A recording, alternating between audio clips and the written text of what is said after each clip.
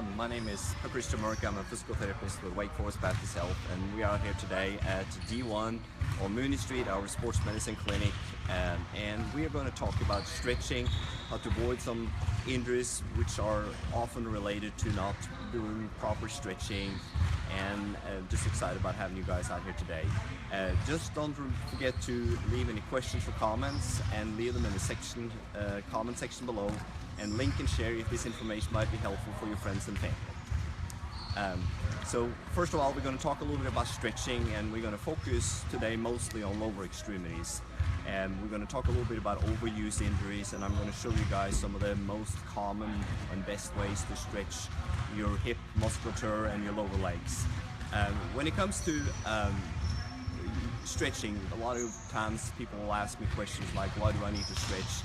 And is stretching going to help me run faster or cycle faster? And there is really no evidence to show that stretching in itself is going to make you a better athlete. What stretching will do to you, it is going to keep your muscle flexible and limber, and if you can keep your muscle flexible and make your muscle recover quicker after a workout, it is less likely the chance that you will get injured. So that's sort of the main reasons why you need to stretch.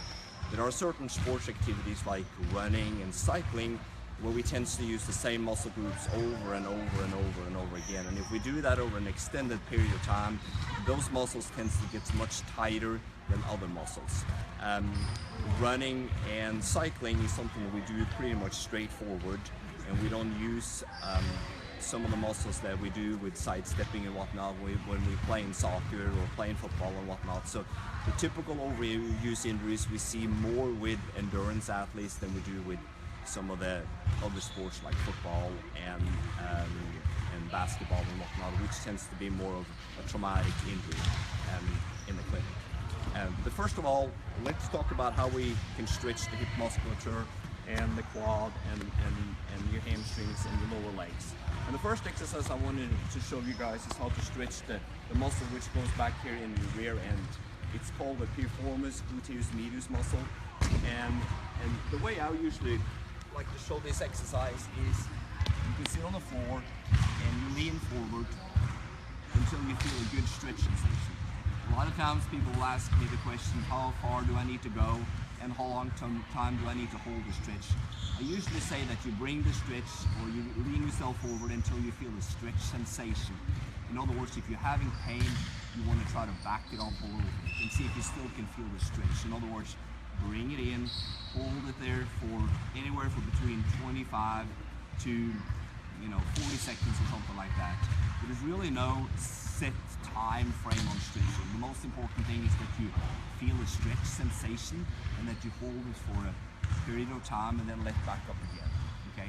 There's no evidence to show that if you stretch what we call dynamic stretching, which could be more like 5 to 10 minutes, versus stretching for 25 to 30 seconds, one is more beneficial than the other.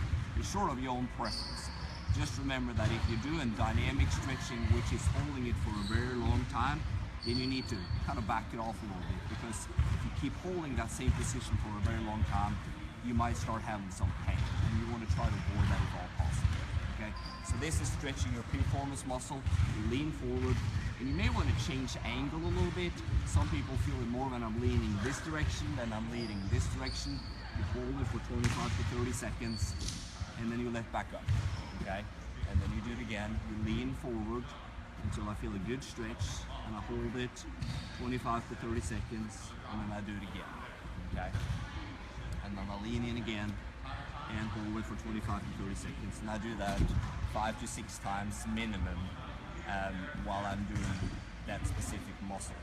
A different way to stretch the same muscle, so this was the gluteus medius piriformis muscle I'm showing you guys now, is by laying on your back, cross your leg over. So this right hip is what I'm trying to stretch, and then I bring it in like this. I'm crossing my leg over, and I'm pushing over, and I'm holding it for 25 to 30 seconds. Once again, and then I'll let up. Okay, I push in and hold it for 25 to 30 seconds, and then I'll let up. Okay, so you bring it in, hold it, 1, 2, 3, 4, 5, 6 for 25 seconds minimum, and then you let back up. So In other words, that's the same way to stretch this muscle. You can stretch it like this, 25 to 30 seconds, or you can stretch it like this. Okay. So that's covering the gluteus medius piriformis.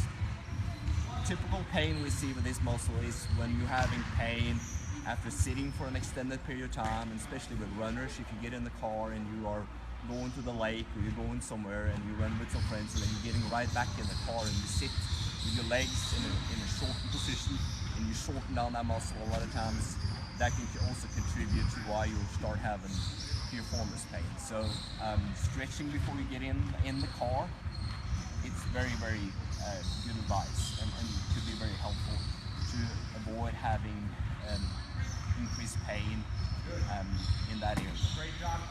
Okay, the second muscle we're going to do, we're going to stretch is what we call the quadriceps. Quadriceps runs right over here from your hip over your knee. Okay, it's 4 muscles, and a couple of different ways to do that is in standing.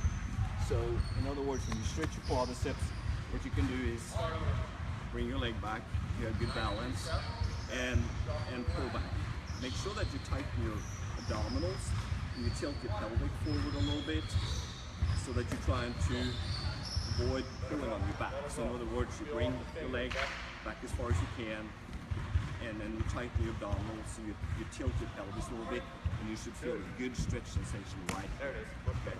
Same thing there again, you try to hold it for an extended period of time. I like to say 25 to 30 seconds, some will say 15 to 20, and some will say 40, 45. And you hold it there, and then you let it back up, okay? And then once again, same thing again, stretch, tighten up your abdominals, and then you hold it. So that's stretching your quadriceps, which is running from the knee and all the way over your hip, okay? Second one you're doing is laying on your stomach. You take a rope, you can use a long towel, for example, and you lay on your stomach. I usually like to take this and tie around my foot. Down here, and then I lay on my stomach, and then I use the rope, and then I bring it up like that. Same principle. The advantage of this is that I'm keeping my hip in a neutral position. I bring it in like this, and I hold it for 25 to 30 seconds, and I'll let back up. Okay. Bring it up and hold it for 25 to 30 seconds. Once again, you bring it into the end range, you bring it into the point where you feel a good stretch, really no pain. If you start having stretch and pain together, what you want to do is you want to back it off a little bit and see if you can still feel the stretch sensation in the front of your leg. So that's 2 ways of stretching your quadriceps. When we're talking about this area, another important musculature that runs in this area is what we call your hip flexors. Hip flexors run from the top of your hip and goes over your hip area right here. So stretching your hip flexors, lean them inwards like this. Okay, once again, here's where you should feel it right now, right in your hip flexors. Okay, and then you hold it, and you count to 25, 30, and then you back off. And then you bring it in again, and then you back off. Okay, so far we have covered your piriformis, gluteus medius, we covered your hip flexors, and we covered your quadriceps. So those are the 3 muscles we covered so far. The next one we're going to do is your hamstrings. And hamstrings tends to get very tight with runners and endurance athletes as well, and can be causing significant pain. And one of the things, good way of doing that is laying on your back. You can use a rope or a towel. Bring your leg up like this. Right now I'm doing it with my knee bent. I'm laying down and I bring it up as far as I can, and I try to stretch my knee out. So I'm trying to straighten my knee out while I'm keeping my hip in this position. And let's see if I can feel a good stretch this way. The way of doing this is not putting a lot of stress on your back, which is a big advantage of doing this on the ground. And then you let it back up. You can also do it with your knee straight completely and bring it up. As you can see, I have pretty tight hamstrings. hold it there again for 25-30 seconds, and bring it back down. So in other words, knee bent, straighten your knee out and hold it 25-30 seconds, or you can do it with your knee straight. Okay.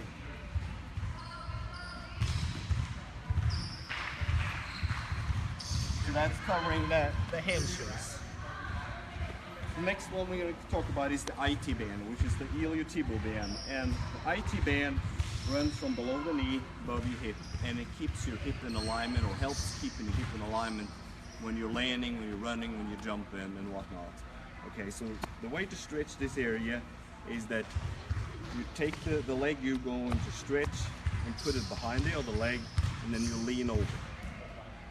A lot of patients will say to me that I don't really feel a good stretch for this, and this is, to be honest with you, a muscle or an area where you tend to have less stretch sensation than you do other places. Okay, the IT band, it's sort of a different tissue than the muscle itself, and doesn't always give you the same response back when it comes to the stretch sensation. So you might not feel the same stretch sensation, but at the same time you want to bring it in as far as you can until you feel a stretch. And if you don't feel a stretch, you maybe want to try to correct it a little bit by leaning over a little bit further, or bring your leg a little further back. So in other words, you bring it over like this and you hold it once again 25-30 seconds, and then you let it. Okay. 25-30 seconds, and then you let it. So that's your IT band. So now we talked about, once again, gluteus medius, hip flexors, quadriceps, hamstrings, IT band. And the last muscle we're going to talk about today as far as your stretching is your calf muscle, is your gastrocnemius soleus. Okay, you can just, if you have really tight gastrocnemius soleus, you can just do it like this, where you keep your foot straight on the ground, you're making sure your foot is not tilted one way or another, you're making sure your foot is straight, and then you're leaning inwards. Okay, you can try to do it with your knee straight, which is going to stretch the muscles which are attached above your knee, or you can bend your knee a little bit, which is going to stretch the muscles which is attached below your knee. The muscle we call soleus is attached below your knee, and the gastrocnemius is attached above your knee. So these are the two ways to do that. Another good way of doing this is, if you have something you can slip on, then do it like this. So lean forward, and you should feel it the same way.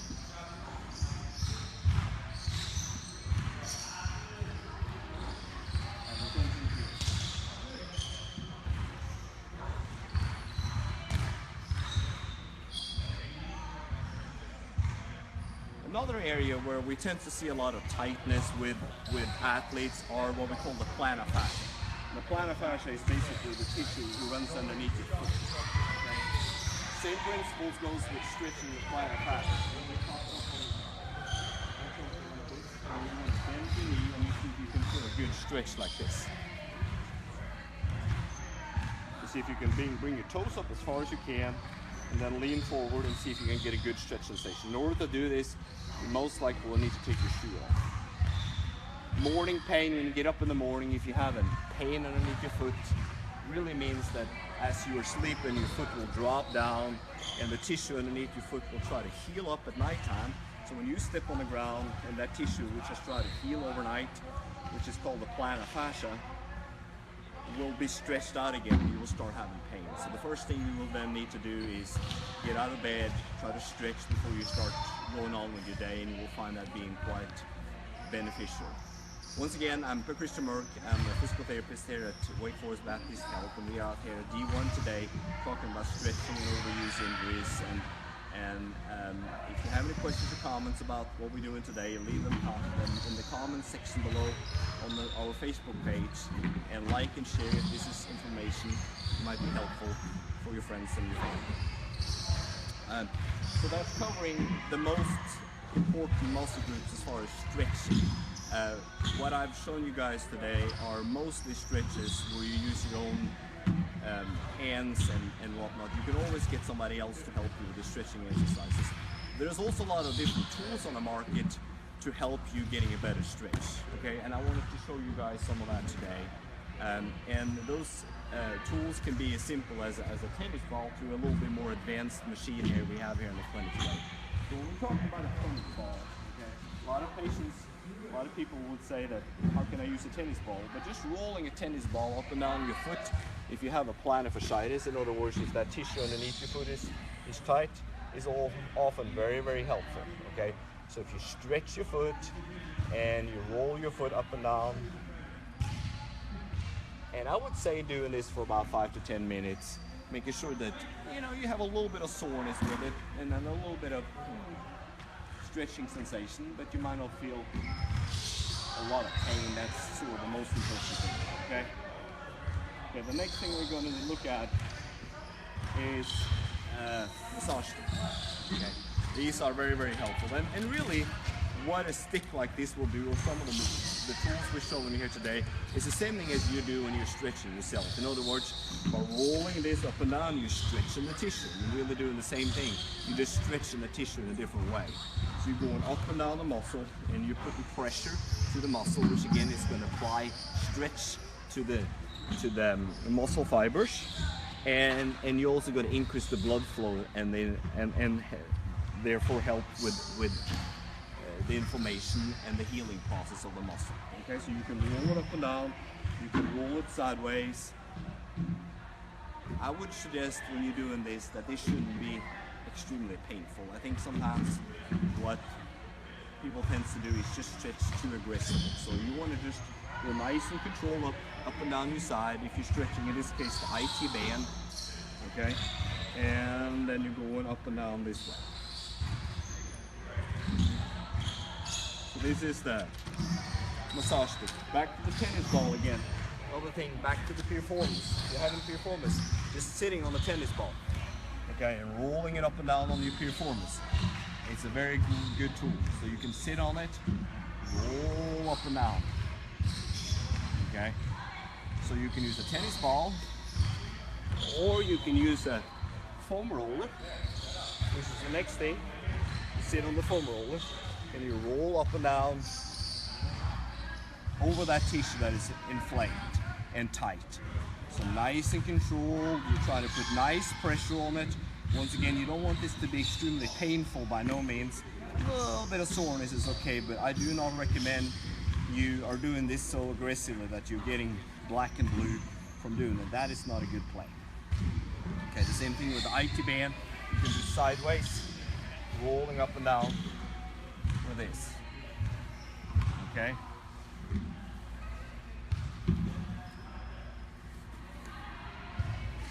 And of course, this one you can use for your plantar fasciitis as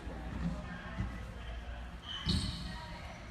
You can use it for your plantar fasciitis, or you can use it for your calf. Okay.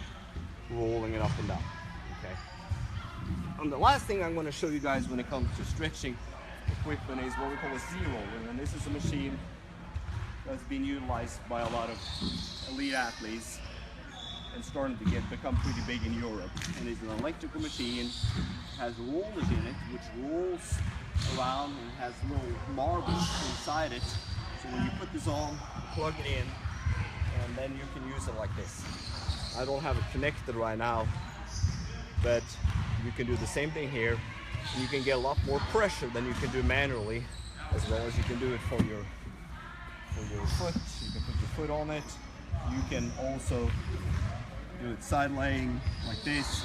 Lots of different ways you can use this machine to get the marbles, which roll in one direction, helps massaging out the tissue that's tight.